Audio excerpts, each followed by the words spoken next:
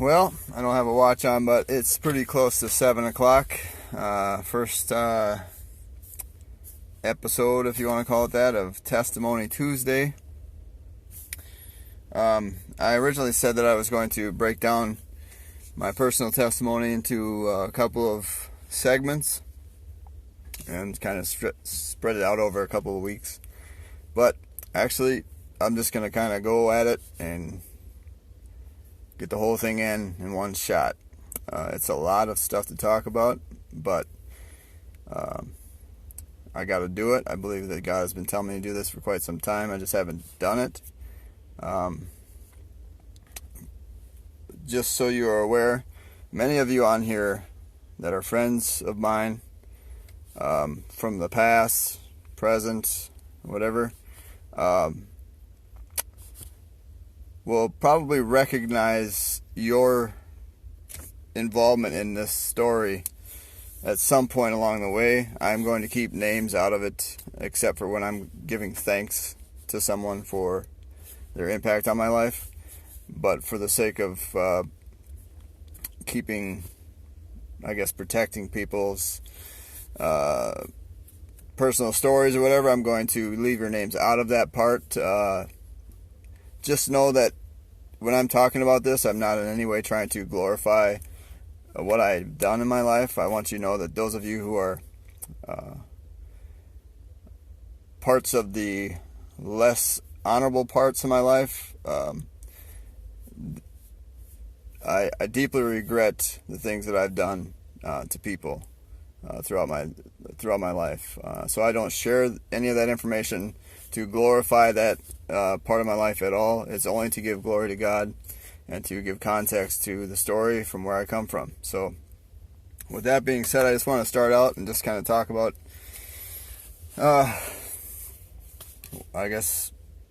my testimony. So you all know I'm Kenny Hale, 41 years old. I live in Duluth, Minnesota. Praise the Lord. I was born in South Carolina, Georgetown, South Carolina. I am the youngest of 4 boys. Growing up early in life, I had a pretty normal life. It seemed like it to me anyway. Like I said, I was born in South Carolina, but we ended up moving to Minnesota when I was very young. I don't even know when or how or why that happened, but we did. And I grew up with my 3 older brothers, my mom and my stepdad, and just normal life. We just were ruffians that, caused a lot of trouble and ruckus and whatever, but, like most boys do growing up, nothing major. Going to church, for you AG people out there, going to the powwow camps and the Royal Ranger stuff growing up. It was all fun, good stuff, and then, however, we started getting into some trouble legally when we were young. My brothers and then myself started out pretty little, some theft. We would go into the grocery store and steal things. We would go into the little 5 and dime Ben Franklin stores, if any of you remember those. And steal things there. There were times where I got, I ended up getting into some things where breaking into people's houses and stealing things, taking checkbooks and forging checks and all kinds of things like that. Just stupid things. So I started getting into trouble with the law at a pretty young age. My brothers did too. They kind of did their thing. I did my thing. We got in some trouble because we'd fight with people. We'd get kicked out of school. We'd get kicked off of buses. We'd get in trouble for not going to school, things like that. And my mom and my stepfather, they, did their best to, correct us and discipline us. But we were pretty thick-skulled or thick-headed. We didn't listen too well. But so we continued kind of getting in trouble, and we moved around a lot. We were kind of like the bunch of kids the boys that no one really kind of liked. We caused a lot of trouble wherever we went. But anyway, so we moved around a lot, and things were pretty normal for the most part, other than getting in trouble with the law. But when I was about 11 years old or so, we all were getting in some pretty good amount of trouble at that point. But things changed pretty dramatically. My mom and my stepfather separated pretty dramatically. In fact, when my stepfather was at work one day, my mom basically just packed us all up and we just left. We moved. My mom found an apartment. We all moved there without a word, basically. There are some issues between my mom and my stepfather that only they know. I was kind of oblivious to all what was going on. But anyway, that kind of started how things kind of went off the rails for all of us. My mom kind of went off the rails in addiction. She started drinking quite a bit, going out to the bars and partying and finding all kinds of different boyfriends. And my brothers are, all teenagers at that point, and they're kind of off doing their own thing, hanging out with friends, and they were partying it up too. And I was just kind of like wandering around trying to figure things out, I guess, figure out where I fit in. But it was around between 11 and 12 that I first drank alcohol. That was, I guess I was just trying to figure out where I belonged and trying to fit in. And there was a lot of alcohol around. As I said, my mom and the men that were coming around and the friends that were coming around, there's a lot of alcohol and stuff being presented. So, I kind of thought, well, this is what I do to fit in. So I remember the first time I drank, I was drinking with a brother of mine and his friend, and they were playing quarters, and they were pretty good at it. I'd never played it before, but anyway, they asked me to play, and I played, and next thing I know, I woke up the next morning with my head in, if not in the toilet, I was right next to it. Basically, I got pretty wasted. And that would normally be enough to tell somebody that, hey, maybe you probably shouldn't continue doing that. But to me personally, at that young age, I felt like I was like accepted by them. Like, this is what I got to do to be accepted. So I was like, this is cool, man. I get to hang out with these guys. So to me, it equated in my brain, drinking alcohol and partying is what you do to belong and to have fun. Now, that's not on anybody else. It's on me. That's how I interpreted that. So that kind of started me off on drinking and stuff whenever I'd get the chance. And, I was continuing to get in trouble too. I,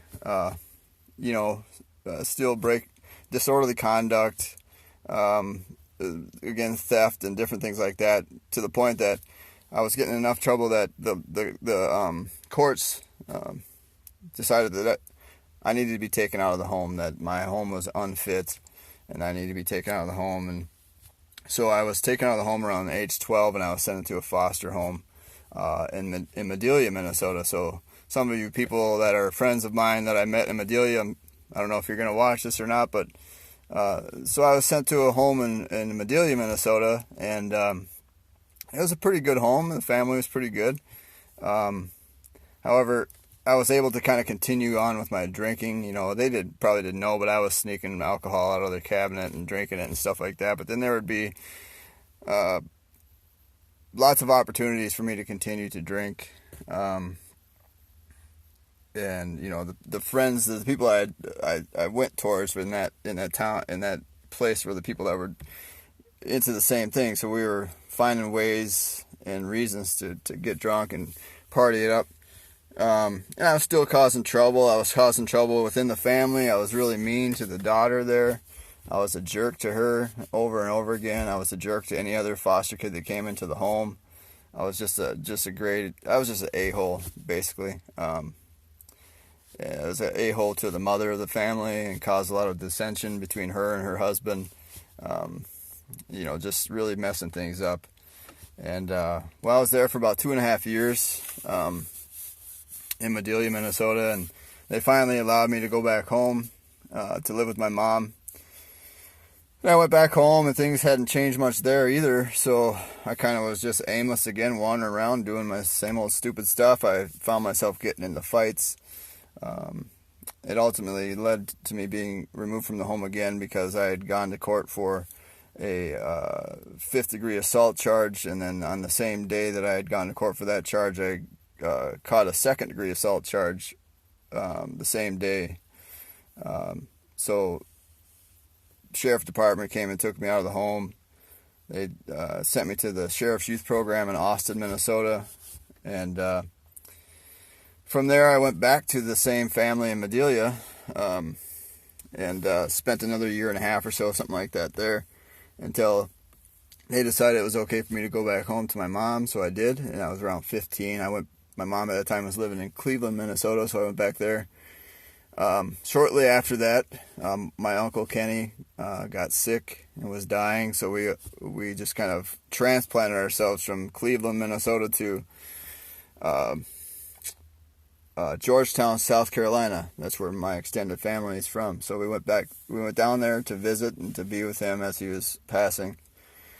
And what was supposed to be, from what I thought, a short visit turned into about a year. It turned out to be kind of more of the same. Mom partying and running around, brothers kind of going their own direction, me doing whatever I could do. Found myself in some pretty tough situations with places with no like electricity or food, or found myself stealing from people and selling stuff in order to get food. And at this whole time I was not going to school. I was not, home life wasn't even stable, plus I didn't even know where I would go to school. It was a whole new foreign place to me in South Carolina. But we were there for about a year, and things kind of got tough, and things started to fall apart in South Carolina for us all, I think. So we all decided we were going to move back to Minnesota. So we all piled in. I think there's probably 7 or 8 of us in a, I don't know, I can't remember what kind of car that was. Anyway, it was my aunt's car. Hi, Mary. And my cousin Mary's on here. So we were there in South Carolina, but then we decided to come back to Minnesota. We all piled in the vehicle. Almost looked like the Beverly Hillbillies all riding in this thing, man. But anyway, we got back to Minnesota, moved to St. Peter, Minnesota. And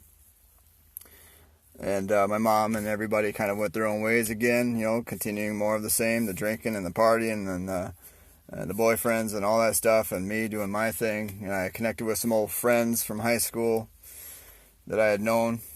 And so I was just pretty aimless, just kind of wandering around, and just actually got plugged into high school, which was somewhat of my saving grace, because I met some really solid, really cool people there, Matt Tollefson, Jake Powers, the whole Powers family, Jeremy Hagenmiller and his whole family, Jason Bittner, his whole family. All these guys are just really great people, and they really just kind of came alongside me and supported me personally, just trying to, and even sometimes financially. Some of them allow me to crash on their couch, let me stay there, give me food to eat. Really just kind of helped me somewhat stay focused, I guess, and continue going through high school, even though I didn't do very well there. I think St. Peter High School graduated me just to get me out of there, because I was not doing very well there. But so the years just kind of gone by. I was in and out, just going through school. Got involved in some fun stuff like wrestling and football with some of the people that I met in school. It was good, but I was still wandering aimlessly, drinking a lot. I became pretty well known for drinking a lot of alcohol, showing up to detention on Saturdays just reeking like bonfire and alcohol.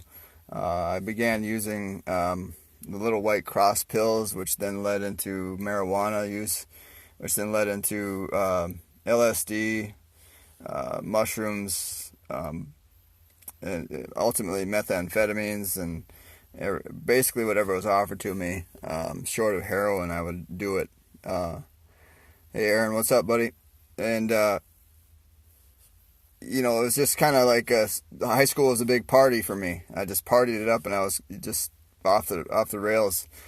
And so high school came to an end, and I had actually applied and scored pretty highly on the ASVAB test. I wanted to go into the military.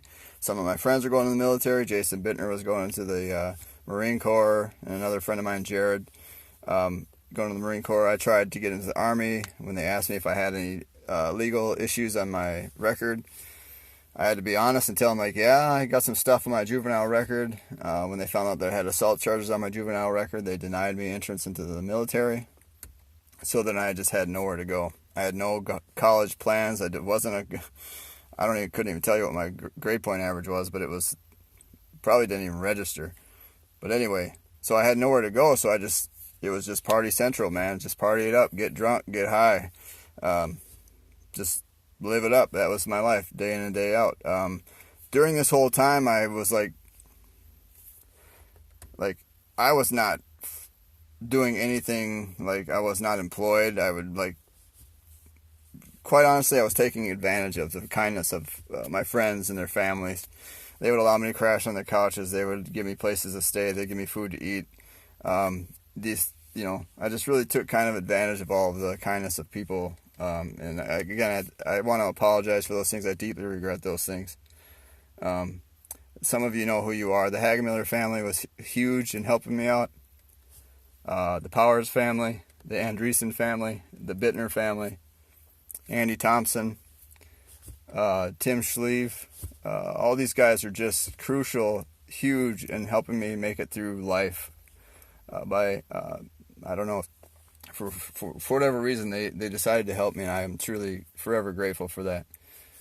And regret that I took advantage of that kindness, but that's where I was. Up until 1998, my St. Peter friends and family, you know what happened in March of 1998. A tornado comes ripping through town and wiped out the town and took me with it, basically. Andy Thompson and myself, we basically left in the aftermath of the tornado and moved to Colorado. We got jobs working on a ranch out there. We had no business working on a ranch. We didn't know what we were doing, but somehow we got jobs working for Sombrero Ranches in Estes Park, Colorado, leading people through the Rocky Mountain National Park on horseback and different other through the mountains on horseback. It was a really amazing job. It was really cool. However, just like everything else up to that point, I ruined that because of my issues, my own personal issues of addiction. The fact that I was not trustworthy, the fact that I was deceptive, I was a liar, I was a manipulator, I was a user, I was selfish, self-centered. All of those things I basically I ruined everything. I would get to the point where I think at one point, I was drunk all the time. I had missed work a few times, and I got sent to a different location by my boss, Cody Walker, in hopes that I would, I guess, sober up and make some good choices, but I didn't. I went over to Grand Lake, Colorado, and worked there and ruined things there because of my drinking and my nasty attitude. Ended up leaving there and moving back to Minnesota.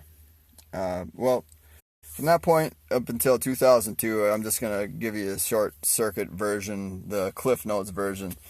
I ran from place to place to place to place. Every time things got serious, it got to look like I needed to start taking responsibility for my actions.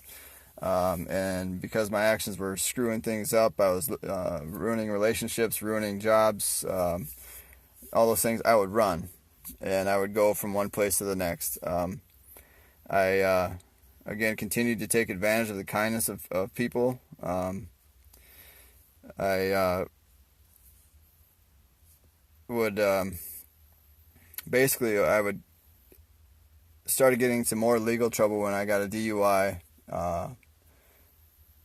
And then I failed to appear in court, and then I would get a warrant for my arrest, and then I would run from the law, and then I'd get caught, then I'd get put in jail, and then I'd get another warrant for my arrest because of something else stupid that I did or didn't report for, and I was constantly running from the law, from myself, from responsibility, from obligations, from lies and deceptions that I had sown throughout everywhere I was going. I was constantly running from all of those things. Running. I found myself going back and forth from Minnesota to Colorado multiple times. I found myself going all over the country trying to find a place where I always had this idea that if I went somewhere else, it would always be, if I could just get somewhere else, it would be better. Well, the problem is, everywhere I went, I was there. I was the problem, but I didn't see it that way. It was always everyone else's fault. If this person hadn't done that, if my mom hadn't done this, if this person hadn't done that, if this only went this way, then everything would be right. It was everybody else's fault. If the law would just leave me alone, it was everybody else's fault. I didn't see it that it was my fault, that I was responsible for all the things that were happening at that point. This all sort of culminated in 2002. That entire year I spent running from place to place to place, relationship to relationship, job to job, couch to couch, burning bridges and ruining relationships and just spreading garbage everywhere. I liken it to this. You've all probably heard of the King Midas and the Midas touch, and everything he touched turned to gold. Well, I had kind of the complete opposite of that. Everything I touched during the year of 2002 turned to a stinking pile of crap. Every relationship, every job, everything just fell apart because I was just living a lie, living foolishly, deceiving, manipulating, getting caught, running from the responsibilities,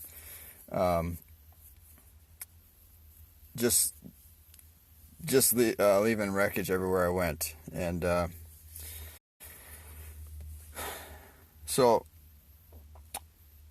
as I said, I moved from place to place to place. I started out in Minnesota. I went to Colorado again, got hired on at Sombrero again. Left that because I got engaged in some relationships that I had been unfaithful to, and just damaged those relationships. My alcoholism and drunkenness caused some problems because I wrecked the company vehicles, wrecked my own personal vehicle, almost drove it into a river in western Colorado. I moved from Colorado, somehow got a job in Palm Springs, California, at a ranch out there, moved out there, stayed there for a while, ended up coming back to Colorado.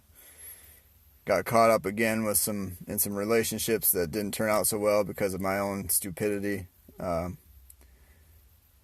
Moved back to Minnesota, from Minnesota to South Carolina, back to Minnesota, just all over the place. And when I did finally come back to Minnesota, I was living with my friend Steve, and he was letting me live on his couch, and I was just taking advantage of his kindness and his friendship, just being foolish. And well, we were partying it up. We were, using meth and everything else that was offered to us, and drinking, and culminated on January 1st of 2003. I was arrested for my third DUI. When I was pulled over, I was driving down Main Street in St. Peter, Minnesota at about 3 in the morning, drunk out of my mind, high on meth, and driving down the road with no headlights on. And I was pulled over. I was reported thankfully, by the person that was working at the cash register of the Holiday gas station there that night. They knew that I was highly intoxicated, so they reported me. So I was pulled over. And when they pulled me over, this police officer I'd known for quite some time, Officer Jansen from St. Peter Police Department, and he pulled me over, and I was done at that point. I didn't want to fight. I didn't want to argue. I didn't want to do the field sobriety test. I told him, I'm done. I'm drunk. Just take me to jail, please. And he did. He didn't push the issue. They put me in isolation so I could sober up. So there I was in jail in Nicollet County, St. Peter, Minnesota, and didn't know what I was going to do. I was just tired of running. I knew that. So I picked up a Bible, and all along this time, I should share this, that all along this time, throughout this time, over these years, God kept putting people in my path to try to get my attention. When I was in Faribault County Jail in Blue Earth, Minnesota for a DUI, God sent a pig farmer preacher into the jail to share the gospel with me over and over and over again faithfully. Every week he would be there. He was the only person that would come visit me, apart from one visitor that I got. But he was faithful, and he would show up all the time. But as soon as I got out of jail, I went back and did my own thing.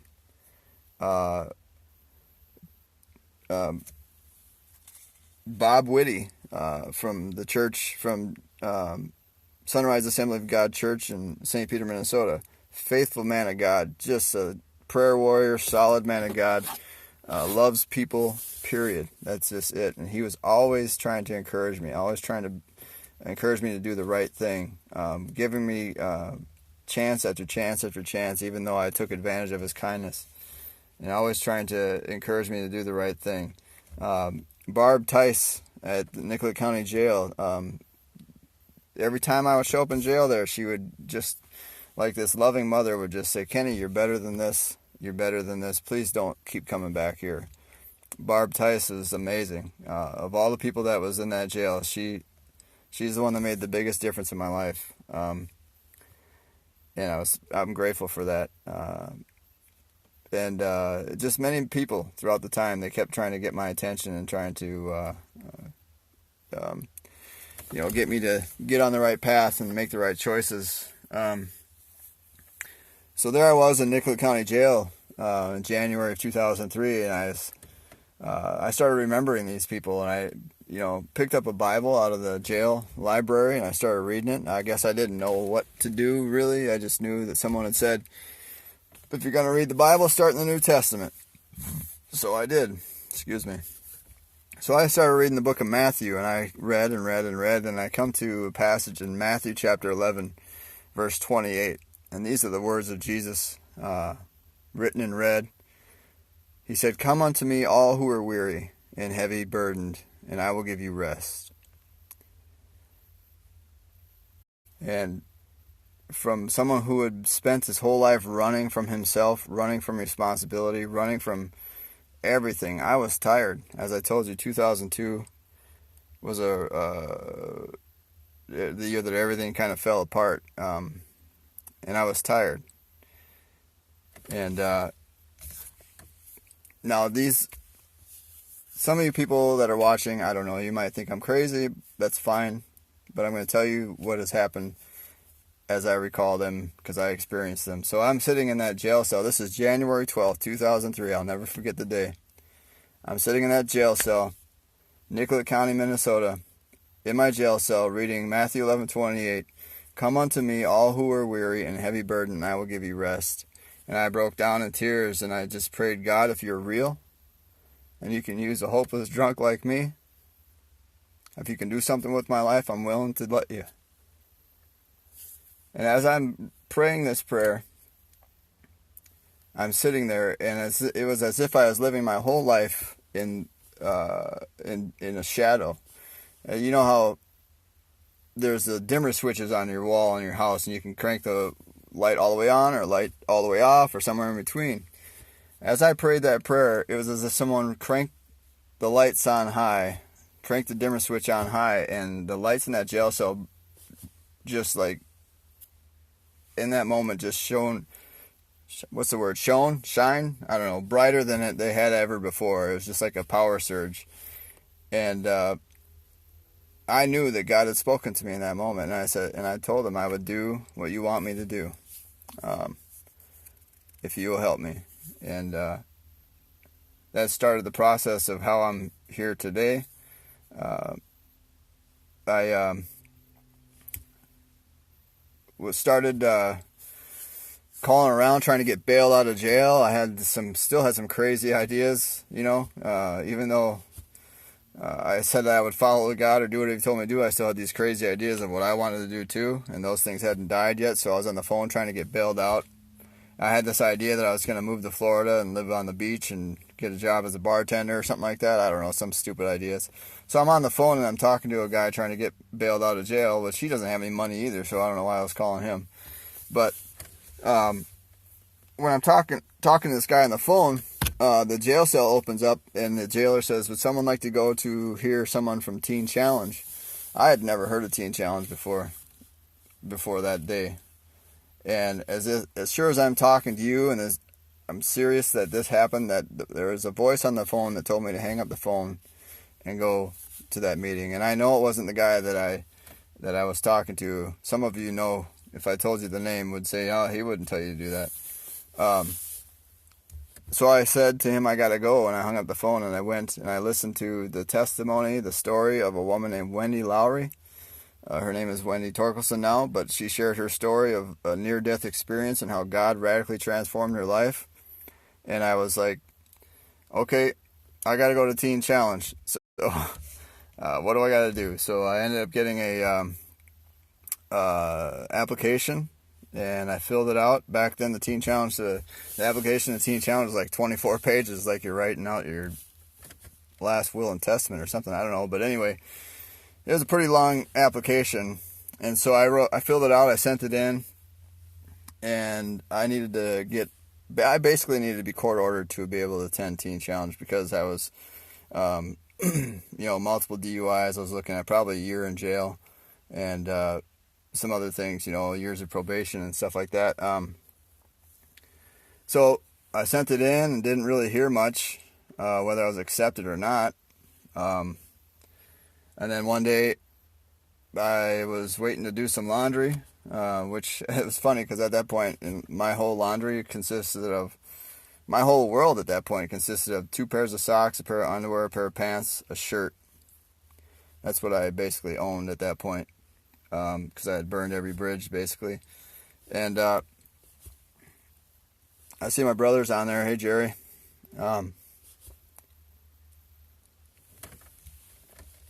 So a couple weeks go by, and all of a sudden I get the jailer comes to the jail, and I thought he was going to have me do my laundry because I'd asked to do my laundry, and he's like, "No, grab everything. You're leaving." Come to find out, I was accepted in Teen Challenge. Didn't know it. The pastor from the jail chaplain was there to pick me up to drive me to Minneapolis to Teen Challenge, and so there I am. I'm going, and I'm off to Teen Challenge in March of 2000. Or was it February? February of 2003. I got enrolled in Teen Challenge in Minneapolis, Minnesota. And it's, for those of you who don't know what Teen Challenge is a faith-based, long-term residential drug treatment program that was started in 1958 in New York City by a man named David Wilkerson, who left his home in Pennsylvania to go and reach into inner city New York City to try to reach those teenagers that were struggling with heroin and drug addiction and violent gangs and things like that. And so, 60 years later, actually 60 years this year, Teen Challenge is still going strong, and all over the world, all over the country, helping people be set free from life-controlling issues and encountering Jesus Christ. So I went to Teen Challenge, and it was going to be there for 13 months, and so I was there, and I was just ready. Like I told you, I was ready to do whatever God told me to do. I want to find out who God was, who I was, what I was created to be, purpose in life, and all those things. And so that's what Teen Challenge did. It helped me to kind of build on that foundation of faith. One of the best thing I ever was able to do in Teen Challenge was take responsibility for my own actions. All those things that happened to me leading up to that point, I blamed everybody else for it. I blamed my mom, I blamed my brothers, I blamed the law, I blamed everybody else. It wasn't their fault. It was my fault. And so I had to take responsibility for that. I did what I did. I'm the one that made those choices. No one put a gun to my head and said, "Here, drink this beer." No one put a gun to my head and said, "Hey, smoke this weed or do this meth," or any of those things. Nobody did those things. I made those choices, so I had to take responsibility for myself and my own actions. And so that's one of the greatest things I learned in Teen Challenge when I was there. But then I was like trying to figure out, what am I going to do? What does God want me to do in life? I spent my whole life up to that point taking from people. Take, use, lie, manipulate, deceive. That's basically what my whole existence was up to that point. And I didn't want to continue living that way. I wanted to live a different life. And so as I was going through the program, I was about halfway through, and a guy walked up to me and handed me a pamphlet, and it was a pamphlet for a place called Teen Challenge International Ministry Institute in Jacksonville, Florida, which I have no idea how this guy got that thing in Minneapolis, Minnesota. It was from Jacksonville. How did he even get his hands on something like that? So anyway, he just walks by me and hands it to me and says, "Here, check this out." And I swear, just like I'm talking to you, man, God said that's where you're going to go. And I said, all right, well, you got to work that out because I'm on probation for several years. I got a lot of money, and the judge is never going to let me leave the state. But I'll fill out the application and I'll go forward. So I fill out the application for the ministry school in Jacksonville, Florida, and set up with my probation officer to have a probation review hearing after I completed the program to ask the judge if he would allow me to leave the state. I had anticipated that if he would allow it, he would probably have me transfer probation down there, but I got accepted into the ministry school. But then I had to go to in front of the judge when I graduated the program. So now this judge, and Jerry, if he's still watching, would say he knew our family very well. Judge Warren Latinsky in Nicollet County, Minnesota, knew my entire family. He placed every single one of us in jail at some point. Me, my brothers, my mom. It got to the point where I'd show up in court and he'd ask me how my family's doing. He knew us very well. So there's no reason this guy would not know me. So I showed up to court after completing the program, asking to go to leave state, basically. And Judge Latinsky had to do a double take. He asked me my name twice. And so I said, "Yeah, I'm right here." And he said, "I didn't even recognize you." And he made a comment that I'll never forget. He said, "You've done more to change your life in 1 year than most people do in 10. And he said, "It looks like you're asking to leave the state to go to a ministry school in Jacksonville, Florida." And I said, "Yeah." And he said, "Well, I don't have a problem with that." And he looked at the DA and he said, "Do you have a problem with that?" And the DA says, "No, I don't." And then he asked if the DA had anything he'd like to add. And the DA said, "Well, it looks like he's got some fines here. We could take care of those too, so he doesn't have to pay those things and worry about those things." So not only did they let me off for the remaining 3 years of my probation, he let me leave state and then wiped out thousands of dollars worth of fines so I could leave the state and have a fresh start to go to Jacksonville, Minnesota, to go to ministry school. Now, if that's not the power of God, I don't know what is. So there I was ready to go, and I left a couple weeks later.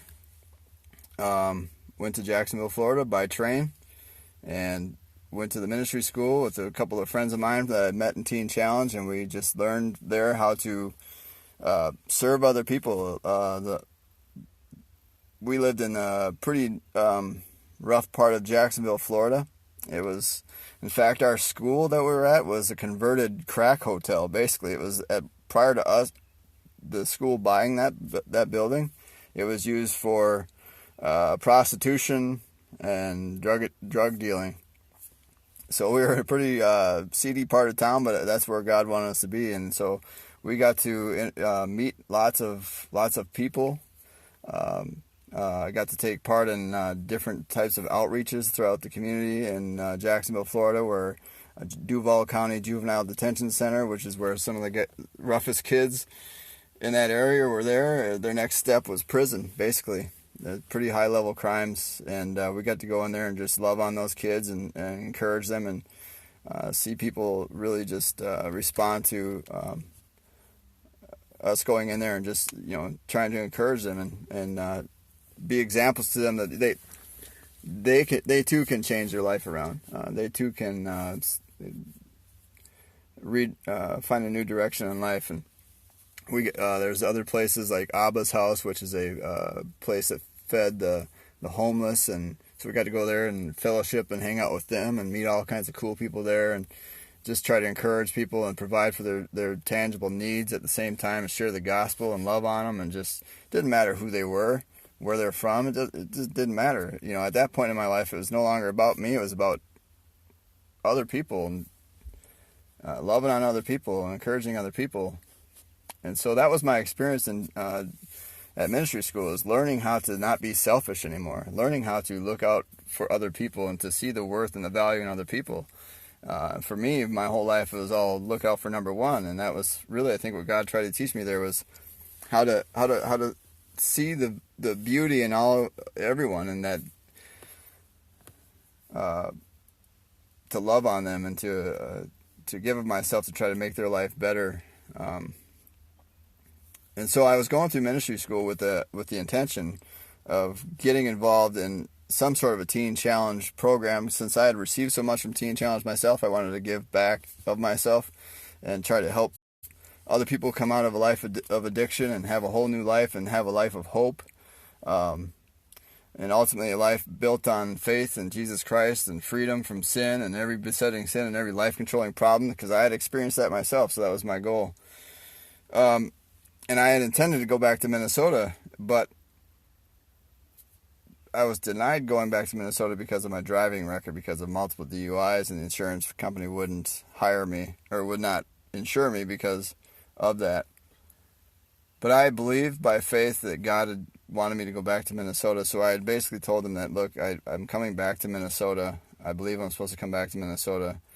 Every other avenue that I pursued didn't pan out. I looked into Washington, D.C., different parts of Florida, stuff like that. None of that stuff panned out. So a couple of weeks later, I get a call. My friend Paul Rivard and myself, Paul is the pastor here. We went through the program together, went through the ministry school together. Paul is the pastor of the River Church here in Duluth. We get a call from Minnesota Adult and Teen Challenge, or Teen Challenge at the time, saying, hey, we just bought a building in Duluth. We need some people to live on site and help renovate the building so we can get the program up and running. Would you guys be interested in doing that? And we're like, yeah. So we jumped on that. So that's how we ended up back in Minnesota. We moved up to Duluth and lived in the current building before it was a program. We helped renovate the building.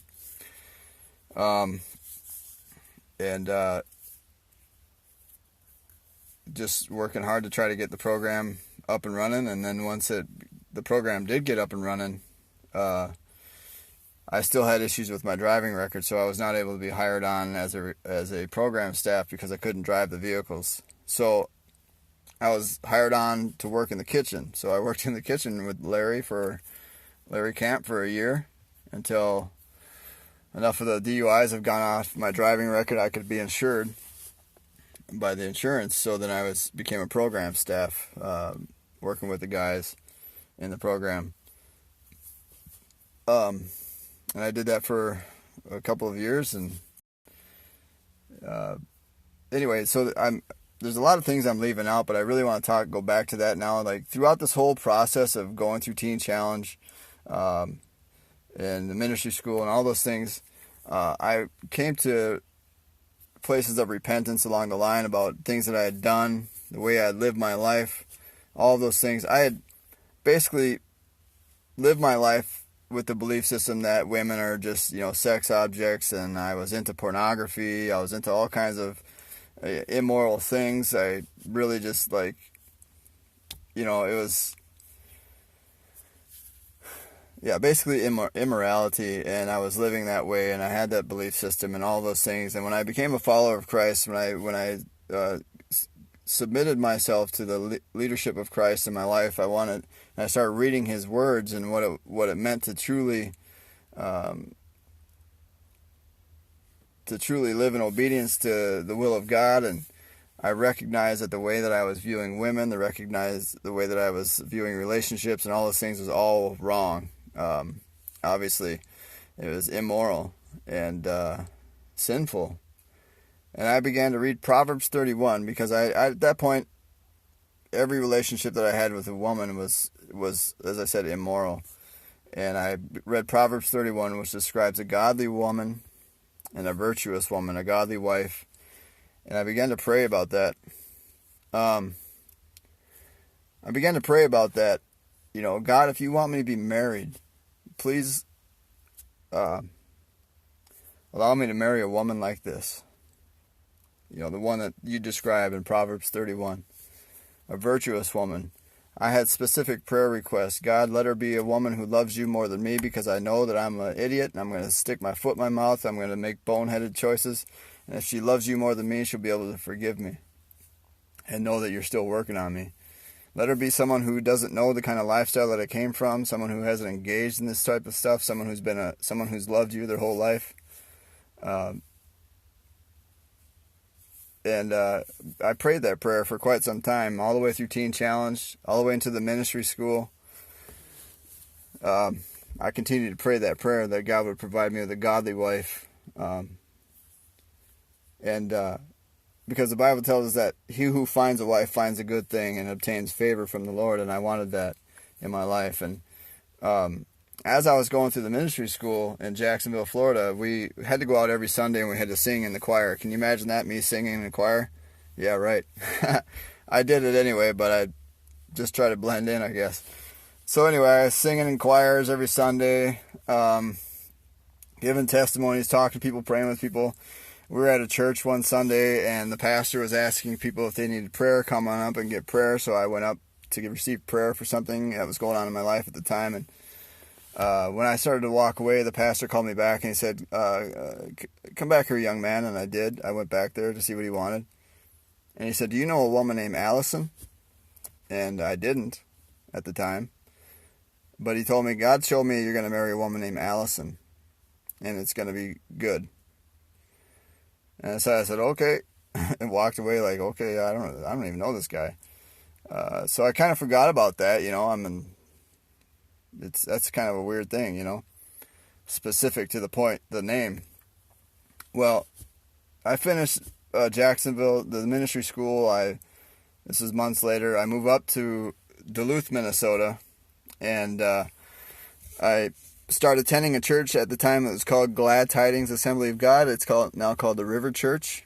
And the pastor of that church at the time invited me out to his house the following night because it was his son Jonas Dean was starting a young adults fellowship group, and so he invited me out. I was new to town. He was trying to help me fit in, or find a place to fellowship. So the next night, it happened to be my birthday, October 13th. So I go out to this guy's house, and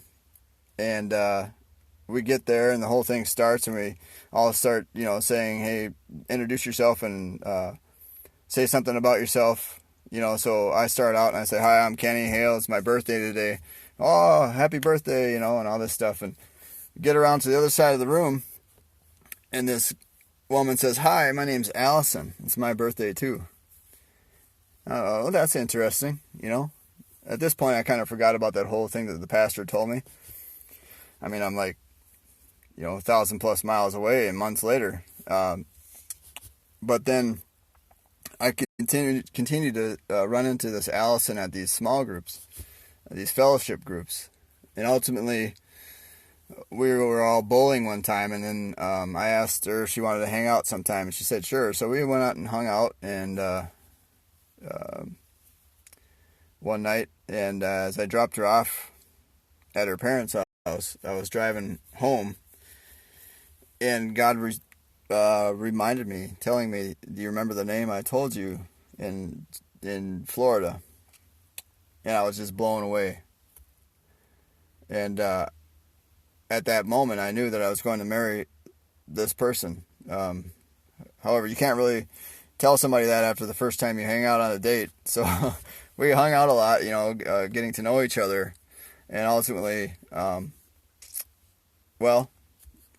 I've been married to Allison now for 11 years. She is a godly woman, virtuous woman. Everything I prayed for in those prayers for couple of years leading up to me meeting her, she fulfilled those things. She's very patient. You can ask her. She'll tell you. She has to deal with a lot of my stupidity and foolishness. But that's the power of God, man. God is faithful. He intervened. He told me the name of my wife before I even met her. You just can't make that stuff up. and like I said, I'm just glancing over a lot of things. There's so many different things, and as we continue these Testimony Tuesdays, I'm sure a lot of these things will come out. So I'm not gonna like read a novel to you right now, but you know, just even being able to, you know, leave the state, being able to get a job, finding a wife, being blessed with 3 beautiful children, my son Steve and my son Jonathan, our daughter Isabella, the tremendous people that God has brought into my life in the years since then, people like Judy Bertram, who basically just took me on as one of her own kids and just like blessed me and just tried to be there for me and encourage me. You know, my own in-laws, Alf and Penny Haugson, and my sisters-in-law, Emily and Amy, and all of them, they just embraced me as part of their family, and it's just been amazing. All the people that I've met in my job at Teen Challenge, the experiences that I've had here, just God has been faithful. He's been amazing. He's just like radically transformed my life, and I've had opportunities to be a part of some pretty amazing things where I've been able to go to the streets of New York City and New Orleans and Las Vegas and to Haiti and California and many different places to meet many awesome people and share the gospel and love on people and see people's lives transformed in Teen Challenge, outside of Teen Challenge. I was able to, even in just being where I'm at now in Teen Challenge, I'm currently the program manager of Minnesota Adult and Teen Challenge in Duluth, Minnesota. I have no business being in that role. Quite honestly, I don't. I mean, it's only by the grace of God that I'm in that role. I applied for that role like 3 times and was denied every single time. Probably rightfully so, but at the 3rd time, it was God's timing, and I was told no, and then I would continue being faithful, trying to do my job and at Teen Challenge and encourage the men and be an example, and it just turned out that every person they kept trying to hire for the position of program manager kept following through, and I was offered an opportunity to share in chapel at Minnesota Adult and Teen Challenge campus in Minneapolis, and I got up and I shared my heart about who I believe, you know, God is and how He impacted my life and all these things, and I really just shared my heart openly to these people, complete strangers, and then, you know, my coworkers. But as I was doing that, I didn't know, but the program leadership was making decisions that they wanted to re-interview me, and so they did after that. And the following Monday, I was called into my boss's office, and he offered me the job as the program manager, which I was just blown away. Like, I was already told no. And so that's the power of God, you know, like He, in His timing. Promotion comes from the Lord, and it was at His timing. It wasn't based on my own merit that I was even given the job. I was given the job because it's God's timing, and it's His will for me to have the role. And while I'm in that role, I'll do my best to be faithful to God and honor Him. And when it's time for me to move on, God will have something else for me. But, you know, in my life, from 2003, January 12th, 2003, when I prayed that prayer in Nicollet County Jail, God, if you're real and you can do something with a hopeless drunk like me, I'm willing to let you try. Nothing has ever been the same. Even when I'm not faithful, God is faithful. Even when I made boneheaded choices, God's grace and mercy is new every day. Even when I just feel like, to hell with it all, God's loving kindness is there, and He just comes through somehow, some way. He puts people into my life that will, at the perfect timing. And over the last couple of years, maybe some of you know this, I've struggled really, really deeply with anxiety. Since my mother passed away, my mother passed away from cancer 4 years ago. In the span of 4 days, I saw a friend of mine pass away from cancer, and then my mother passed away from cancer, and I was really deeply impacted by anxiety and panic. And I've been really struggling with that over the last couple of years, and God has been faithful in that. He's surrounded me with men and women of God who are just loving and encouraging and just coming alongside. And Pastor Mike Hunter and the people at Northern Light Christian Church, they just embraced me and my family in one of my darkest moments. And just came alongside and just like embraced us, and my friends and my coworkers and all those people have really just, been there for me, and I really just am grateful for that.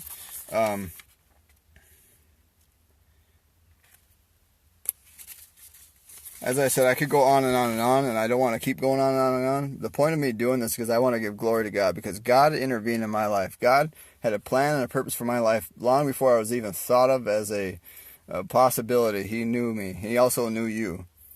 And He had a plan and a purpose for your life. He has a plan and a purpose for your life. He created you with purpose. He created you with destiny. He created you, and He loves you, and He demonstrated His love for you in the fact that He sent His Son, Jesus Christ, to die in your place, to pay the penalty for your sin, so that you could be reconciled to God the Father and come to a place where you can live with peace and hope and purpose and strength and courage and joy that passes all understanding, peace that passes all understanding. Even in the midst of your darkest moments, God will come in and He will intervene, and He will lift you up. And He will put people around you who will help you make it through. He'll help you make it through the difficult times in life, and help you come out on the other side with empathy towards people who are going through the exact same thing you just went through. That's the one thing that I learned about this anxiety and depression thing, is that before that time, I was very sort of black and white when it came to people with mental health issues. I always thought, oh, just suck it up. Just suck it up. It's all power of the mind thing. Well, reality is sometimes that's not that simple. And so now I have I've been touched with that, and I have this empathy towards people that are struggling with mental health stuff. And that's what it is with Jesus Christ, right? We do not have a high priest that is not touched with our infirmities. God became flesh and dwelt among men and suffered just as much as we suffer, yet without sin, so that He could have empathy and demonstrate His love towards us, and go to the cross and die on behalf of people who would outright reject Him, so that by chance we might come to that place of humility and brokenness before Him, and be reconciled to God the Father, and find our true purpose in life. So that's why I want to do this Testimony Tuesday, because our God is not dead. You've seen the movies. Maybe you think they're corny and cheesy or whatever, and maybe they are. Low budget movies, whatever. But the truth still remains. God is not dead. The God of all creation is not dead. The God that sent His Son, Jesus Christ, to die on our behalf and to pay the penalty for our sin, and to be crucified, buried, dead, and raised again from the grave 3 days later, now sits at the right hand of the Father in heaven, will come again to receive His own people, those who put their faith and hope and trust in Him. That God is not dead, and He wants to intervene in your life. He wants you to know how much He loves you, and that's why I want to do Testimony Tuesday. That's why I want to get on here and just talk about how good God is, and how much what the world has to say about Him and is misrepresentation. The ideas that the media puts out there about Christians and people of faith and Christianity it's not accurate.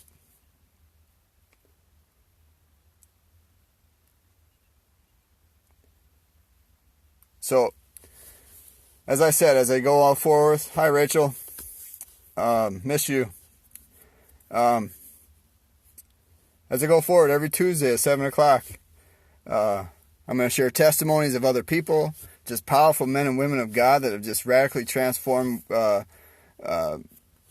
environment they're in because they put faith and trust in God, and were used mightily for Him to impact lives and communities and all these things. But I also am inviting any of you who have a powerful testimony of how God has intervened and impacted you and used you to impact someone else's life.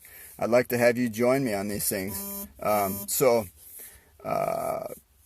If you're interested, message me. I want to get you on here. Facebook Live has this availability where we can bring people on camera with us, so I'd like to do that. I'd like to hear your stories. I know this has been long. Thank you for anyone who listened to all of this. If you have the gift of patience, I was not as thorough as I could have been, but my point is this. I once was lost, but now I'm found. I once was blind, but now I see. I was a selfish, self-centered, nasty, untrustworthy, loathsome piece of garbage of a human being. And in my weakest and darkest moment, I cried out to God, and He transformed my life. And I like to believe that He uses me to help impact other people's lives in a powerful way.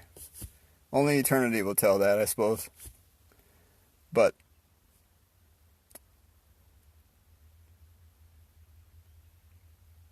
that's what we have. That's what I wanted to share. Call out to God and He will answer you. Jeremiah 33 verse 3 says, "Call unto me and I will answer you and show you great and mighty things which you do not know." That's what God said to Jeremiah and to His people, but He's also saying it to us. Call unto me and I will answer you and show you great and mighty things which you do not know. Don't believe the lies that the media says about me. Don't believe what everybody says about me. Don't believe the misconceptions and the lies and all these things that are usually fueled by hurt people saying things about God. It says that He's near to the brokenhearted, and a broken and contrite spirit He will not despise. And in my darkest moments, in my most broken moments, God is always there. He's never forsaken me. Even when I'm not faithful, He remains faithful. So thank you for listening. I pray that God continues to reveal Himself to you in powerful ways, that He continues to use you in powerful ways to impact the lives of those around you. The whole law and the prophets can be summed up in this. Love the Lord your God with your heart, mind, and soul, and love your neighbor as yourself. Every law that's written in the Bible can be summed up in those two things. If you love God with your heart, mind, and soul, and you love your neighbor as yourself, you're fulfilling God's commands and you're being obedient. So, God bless you. Thanks for your time.